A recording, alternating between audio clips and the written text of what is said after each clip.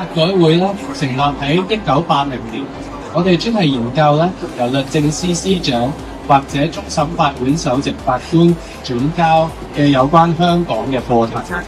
進行改革。法律改革咧可能會令到各位同學覺得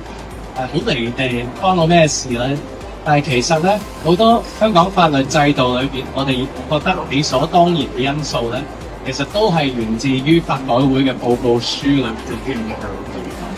如果在座你哋係自認文青或者想做文青，但係又想做一個專業人士嘅話咧，咁呢一個法律草擬工作咧就非常之適合你哋啦。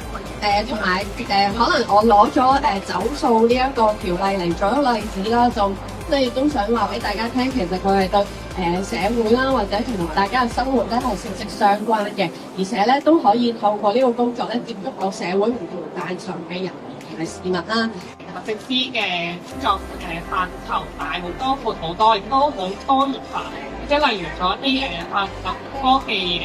政策推動啦，或者係法律教育呢一類型嘅公共理論，作為一個資源畢業嘅律師係好難接觸到，亦都係可以話係律政司先至業嘅一啲工作咁樣。我哋都會經常咧係以中國啦，或者中國香港嘅代表團嘅身份咧，去參加啲國際組織舉辦嘅一啲國際會議同工作啦。咁呢國際組織咧，例如頭先同學仔講嘅有聯合國入邊嘅organisation 啦，咁亦都有一啲世界貿易組織啦，大家都可能聽過啦 WTO 啦，係咪？係。同學仔都已經知道啦，呢國際組織非常好，係啦。咁跟住咧，亦都有亞太經合組織 APEC 啦，應該可能會聽過嘅。我哋嘅工作咧，其實係相對好有意義嘅。我哋係維持緊呢個社會公義，推動緊社會嘅政策發展啦，亦都同時間推動緊一啲法制、法治嘅教育。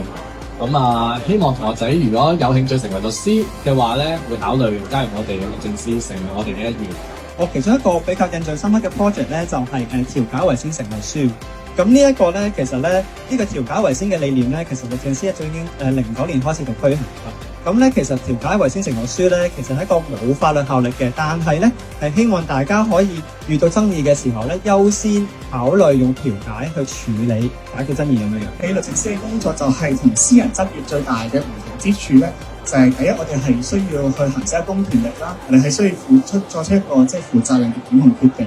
咁同時間，我覺得都係一個非常之有影響力啦，同埋使命感嘅工作嚟嘅。